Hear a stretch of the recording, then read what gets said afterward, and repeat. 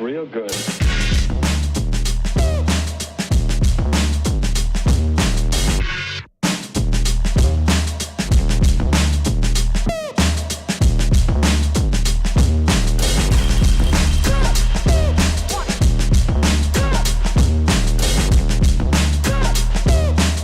Why they stopping me?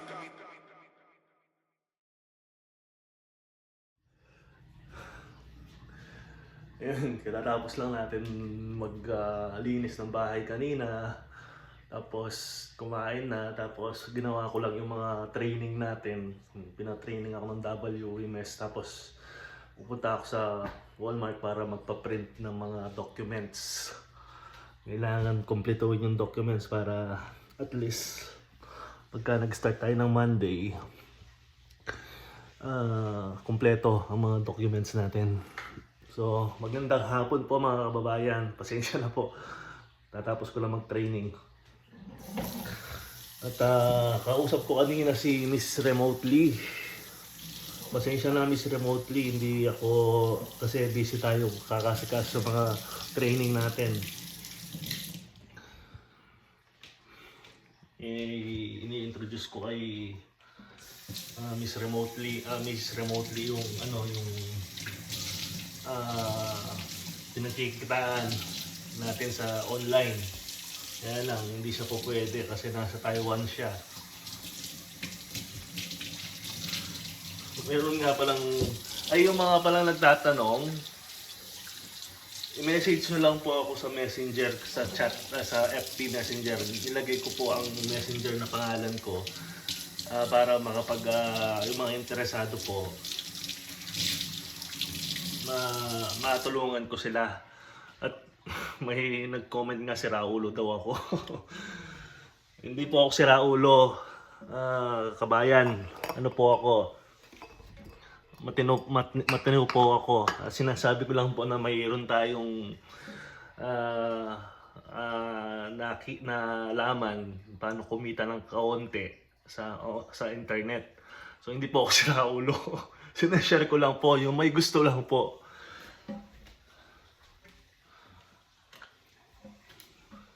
Siguro nagtataka po kayo kung scam o ano. Hindi po scam yun. Ginagawa ko po siya. Hindi naman po ako nagbayad kung anong binayad ko. Gumagawa lang ako ng task.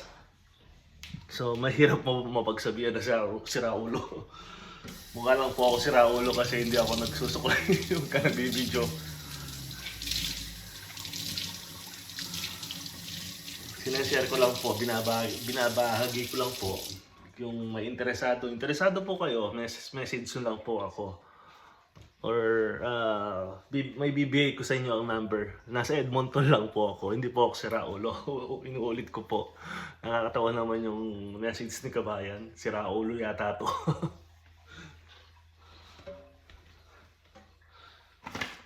Ay naka. Sabi nga, nagsishare na lang ako, matatawag pa ako si Raulo. Ang hirap po, no?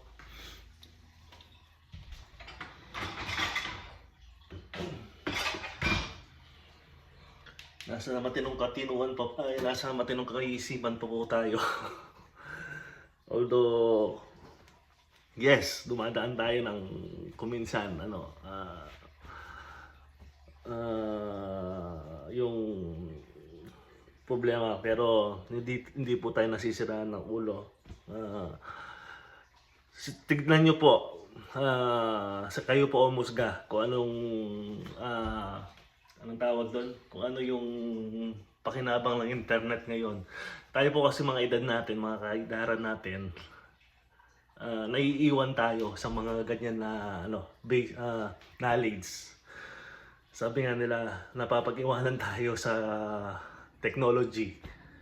Marami akong gumagawa ng pera sa internet, kung tutuusin. Pero ako po as busy rin sa pamilya, busy sa gawain bahay, tsaka sa paghahanap ng trabaho, hindi natin mapag-aaralan ang mga komplikadong bagay na yan.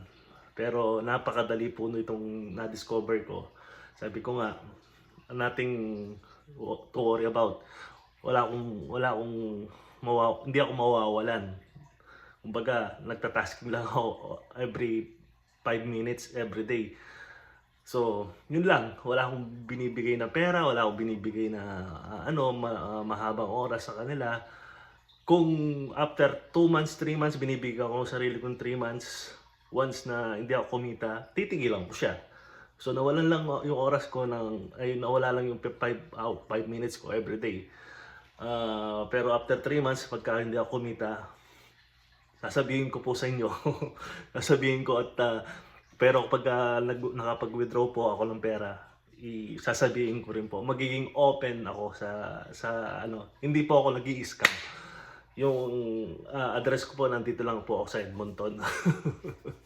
Kung may scam po kayo, at wag po kayong wala naman siyang hindi naman siya nanghihingi ng pera. Gagawin mo lang yung task mo everyday. Yun lang po. Yung mga naghahanap ng pangalan ko sa Messenger, ito po, ibibigay ko sa inyo ang number ko. Yung mga taga Canada or US, pwede nyo akong kontakin. 403-586-4599. So, text nyo lang po ako na gusto nyong malaman kung anong link at i-download nyo lang po. May papadownload ako sa inyong WhatsApp. Yun lang po. Doon nyo po ako kontakin sa number na yon. Wala naman po siguro masamang mag-share ng mga konting na nalaman na Kasi tingnan nyo po, kung nanonood talaga kayo ng mga YouTube, yung mga influencer sa Pilipinas, yung mga sikat na influencer, at the end of the video nila, sinashare nila kung paano magsugal. Ako po ito, sinashare ko po kung paano, hindi po sugal to. Kumbaga, tasking po siya. Hindi po siya mahabang oras, 50 minutes. Meron po mga tasking, yung mga kasi sa Pilipinas, hindi po pwede itong application na to. Ang ginagawa ko po, binibigay ko sa kanila yung application. Yung mga babae po, hindi po siya mag-show kayo or whatever. Ang tasking nyo lang po, pagka nag-uumpisa kayo, kasi ang alam ko, 3 beses kayo magta-tasking, magla-live lang po kayo ng 2 hours. Pero malaki po ang kinikita ng mga babae kaysa sa lalaki. Kasi ako, ginagawa ko rin po yun. Malay natin, kumita rin ako, 15 minutes yung pagtatasking ng pupunta ako dun sa group chat. May group chat sila, mayroon kang agent doon na abang nakatambay ka, kinikreate mo yung sa lalaki 15 minutes, sa babae pagkatapos yung 3 days, 2 hours tasking nila, mag-live sila bago sila makapag-CS. Yung CS po, tatambay sila sa group chat. Abang nakatambay kayo doon, nagbibigay ng points yung agent niyo. Kumikita rin yung agent niyo. Basta po, maganda po, kumikita. Mga kapatid ko kumikita na sila sa Pilipinas. Sadly po, hindi po pwedeng ginagawa ko sa Pilipinas. Kaya, dun na lang sila malaking kinikita nila. Convert mo yung, pwede sa GCash, papasok na yung pera sa GCash. Malalaman nyo naman po, pag i-guide kayo ng agent ninyo, paano mag-earn ng points doon. So, yun lang po, hindi po tayo nag-i-scam or nasisiraan ng ulo. Pakinggan nyo po yung mga influencers sa Pilipinas. Ganun po ang ginagawa nila at the end of their video. Sugal po ang ini-introduce nila. Kumikita sila, siyempre. Kasi, influencer nga sila. Ayaw lang mag-influencer na ganun. Sugal ang i-influence ko sa mga tao.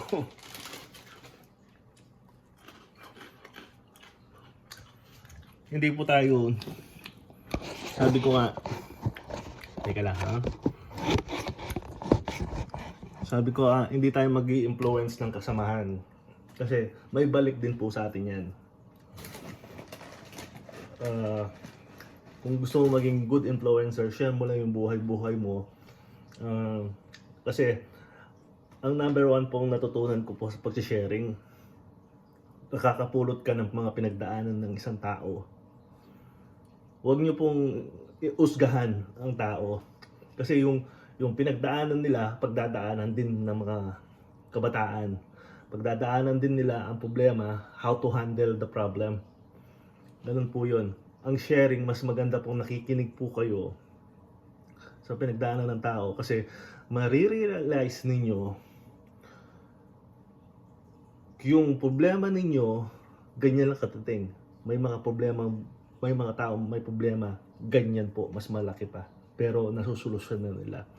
Iyon po ang kagandahan at powerful na sharing. At ayaw kong mag-share ng mga bad things sa mga tao. Ang sa akin lang po, mapadali man ng mga subscriber ko, lumaki man ang subscriber ko, hindi, pagpapatuloy ko ang pag-share po. Kasi nalaman ko po yan sa CFC, Couples for Christ po kami. Masarap mag-share.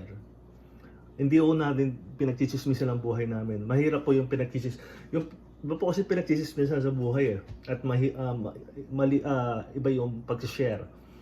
Ang pagchichismis ng buhay, yung mali. Ang pag-share ng buhay, yung tama, sinare mo kung anong pinagdaanan mo sa buhay.